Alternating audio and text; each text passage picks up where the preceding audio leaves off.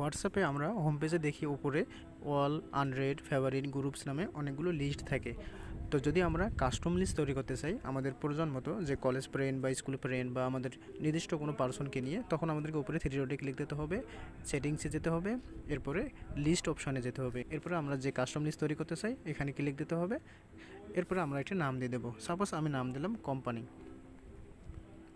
ওকে, এরপর আমি এখান থেকে থিম সিলেক্ট করতে পারবো, রিংটোন সিলেক্ট করতে পারবো এবং এই লিস্টের জন্য নোটিফিকেশন টোন কীরকম হবে সিলেক্ট করতে পারবো।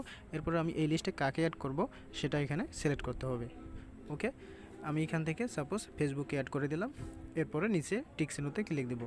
ওকে, এই লিস্টটি তৈরি হয়ে গেছে এবং এটি আমাদের হোম পেজে ডিফল্ট লিস্টগুলো শেষে দেখা যাবে। এখানে ক্লিক দিলে আমি এটি দেখতে পাবো।